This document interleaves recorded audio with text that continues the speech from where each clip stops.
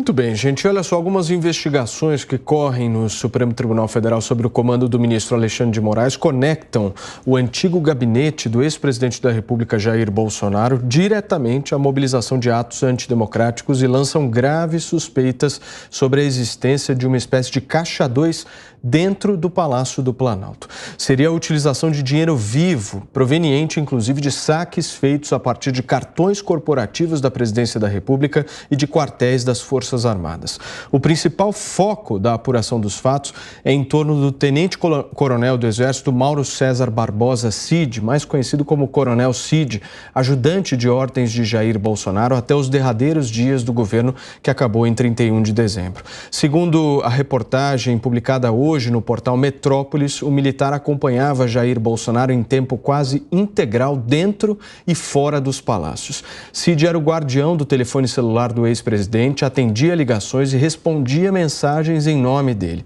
Entre os achados dos policiais escalados para trabalhar com Alexandre de Moraes estão pagamentos como dinheiro do suposto caixa informal gerenciado pelo tenente-coronel de faturas de um cartão de crédito emitido em nome de uma amiga de Michele Bolsonaro, que era usado para custear despesas da ex-primeira-dama. É uma matéria, Piperno, muito robusta, que demonstra com muita clareza, pelo menos aqueles que leram a matéria vão ter essa dimensão, que havia uma corrupção instalada. E uma corrupção que a gente pode dizer muito mesquinha, né? Pequena, né? De algo absolutamente de proporções bem pequenas, que eu me refiro a grandes corrupções que a gente viu no Brasil. Mas corrupção é corrupção, né, Piperno? Claro que sim, Paulo. Quando surgiu essa história do cartão corporativo na semana passada, eu disse aqui que muito mais importante do que a gente saber o volume de gasto, até porque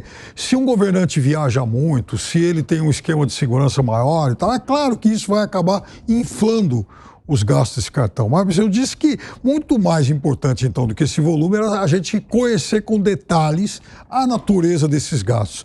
E aí, na semana passada, quando então surgiram essas primeiras informações, o volume informado, anunciado, era de mais ou menos 1/3 do real, porque depois, enfim, descobriu-se então que aquilo era que os gastos totais somavam exatamente o triplo do que naquele primeiro momento foi declarado aí à nação. E agora, à medida em que vai se investigando mais, a gente começa então a ter essas outras surpresas, né? Quer dizer, o cartão, então, acabava, de certa forma, cobrindo o gasto de alguém que não tinha nada a ver com o governo. Mas que generosidade é essa aqui? Já basta a história lá do restaurante, né? Que vendia refeição a R$20 e, de repente, aquele precário restaurante pequenininho lá no norte do país, não era um restaurante de guia Michelin, mas um pequeno restaurante de refeição a R$20, ele havia recebido dinheiro suficiente para, inclusive, pagamento de mais de 5 mil refeições. 5 mil. Haja apetite, haja fome. E, de repente, agora, à medida em que se vai esmiuçando mais, surgem essas novas denúncias. Essa é uma história que está cheirando cada vez pior e tem que ser muito, mas muito investigada, até porque, isso só alimenta suspeitas e é evidente que cartão corporativo não é para pagar despesa de amigo de ninguém. Então, esse é um ponto interessante, né? Então, nós estamos falando do dinheiro público utilizado no Palácio do Planalto para pagar a fatura do cartão de crédito de alguém que é amiga da ex-primeira-dama Michele Bolsonaro. E, inclusive, nessa reportagem, Serrão, na reportagem e na investigação, constam áudios do próprio ex-presidente Jair Bolsonaro dando a ciência completa de que ele sabia e, inclusive, poderia gerenciar esse esquema. O que eu estou achando muito interessante nessa história toda, primeiro vamos recapitular o que o Cristiano Vilela chamou a atenção ainda há pouco, que eu quero também ressaltar.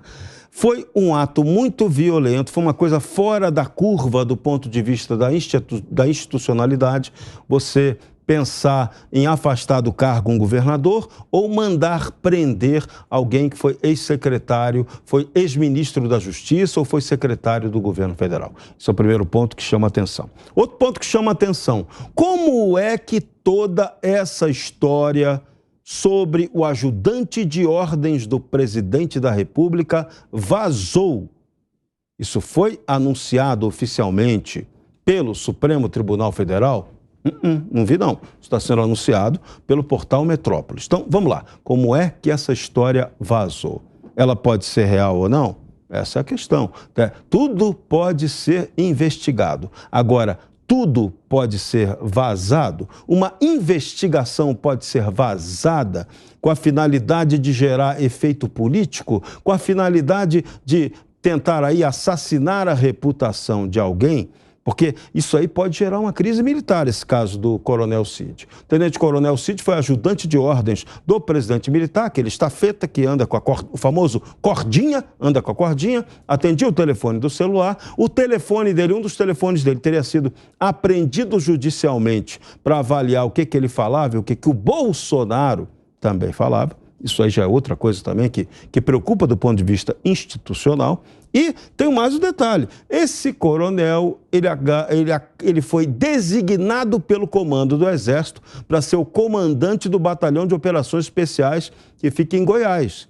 Então, ele está de férias, ele vai voltar das férias, está designado para assumir um comando. Então, ele é filho do general 4 estrelas Cid, que teve um papel muito importante no Exército, foi responsável pela área de ensino, última posição dele no Exército, cuidou da área de ensino e pesquisa do Exército, é pessoa de alta influência na cúpula militar, hoje está na reserva, está morando nos Estados Unidos, trabalhou, foi designado no governo Bolsonaro para ocupar um cargo de uma representação da Apex em Miami, ganhava um bom salário para estar fazendo esse trabalho, então está lá. General Cid, pai do coronel Cid, que foi ajudante de ordens do Bolsonaro e que está sendo investigado. Então, isso tem potencial para gerar um problema, uma crise militar. Então, vamos lá, é a pergunta que eu estou fazendo sempre. Até que ponto vale a pena esticar a nossa corda institucional? Até que ponto a nossa novela vai adiante para tentar o objetivo final, que é o quê? Tornar Jair Bolsonaro criminalizado ou inelegível. Até onde isso vai parar? Mas, Serrão, nesse caso específico, não seria uma questão de quem está puxando a corda. Se trata de um caso concreto de corrupção, certo? E quem promoveu corrupção... Não, vamos lá, peraí. Não, a denúncia disso não está clara. Você pode investigar qualquer coisa, mas eu queria que essa denúncia tivesse sido formalizada. O Supremo Tribunal Federal poderia estar aí formalizando, dizendo, ó, temos uma investigação. Ministério Público, primeiro, Ministério Público Federal tem uma investigação. Mas eu imagino que a partir do vazamento que vai para o... Pois é, esse vazamento é que mostra a canalice dentro do Brasil. O vazamento agora os áudios vazamento é que é a canalice. Investigação não faz parte do papel do Ministério Público. O que é a canalice? O que é a canalice? É o vazamento ou o conteúdo dele? Não, as duas coisas podem ser. Então, o conteúdo tem que ser investigado e comprovado. Agora, o vazamento é uma canalice. Muito bem. Sem dúvida. Vilela, esse mapeamento todo de transações aconteceu justamente depois que o ministro Alexandre de Moraes autorizou a quebra de sigilo. Então, a gente só está tendo justamente essa dimensão dessas movimentações todas e a investigação está chegando onde chegou por conta dessa quebra. Eu acompanhei a reportagem, procurei analisar com cuidado, até para tentar entender o que poderia estar por detrás de uma informação ou outra, porque veja que nós estamos falando de um cartão corporativo usado pelo presidente da República. Eu vejo que determinadas despesas da presidência da República, eventualmente, podem ter o interesse até institucional de que elas sejam realizadas de forma oculta. E aí, nesse sentido, nada mais adequado do que o ajudante de ordens da presidência eventualmente proceder a saques e fazer pagamentos. Me parece que esse aspecto diferencia a realidade da presidência da República da realidade de outras pessoas, quaisquer. Outro ponto que me chama a atenção é o fato de que, mais uma vez, a gente vai chegando perto do chefe do poder executivo através de formas transversas, né? Então, por vezes, você pega ali ou é um parente, ou você pega, no caso, um ajudante de ordens, ou você pega um assessor direto. É aquela velha história, né? Se você não pode bater no Mao Tse-tung, bate na mulher do Mao, né? Então, às vezes, você acaba tentando, de forma transversa, chegar no presidente da República. E quando se trata de um presidente da República, como eu bem mencionei, muitas vezes você tem algumas medidas que até certo ponto não sejam explicáveis. Agora, o fato é que investigação tem que ter. Se há algum indício de irregularidade, esse indício ele tem que ser objeto de investigação. O que não pode acontecer, que por vezes a gente vê, é que o sujeito ele é apenado, e depois a investigação não dá em nada e aí só aparece uma notinha de rodapé no jornal. Então, por vezes, a pena acaba vindo, em termos práticos, antes de efetivamente ser feita a investigação, antes de efetivamente caminhar o processo. Então, esse aqui eu vejo que é o ponto importante. O fato é que tem que ter investigação. E, por se tratar de um caso sensível, por se tratar do presidente da República, nesse caso, sim, ela tem que estar em sigilo. Agora, o sigilo tem que valer para todo mundo, né? Não pode ser aquele sigilo que você vai soltando informações a terceiros e se utilizando, eventualmente, de terceiros, ou da imprensa, ou de políticos, ou de outros interessados para fazer o vazamento seletivo das informações.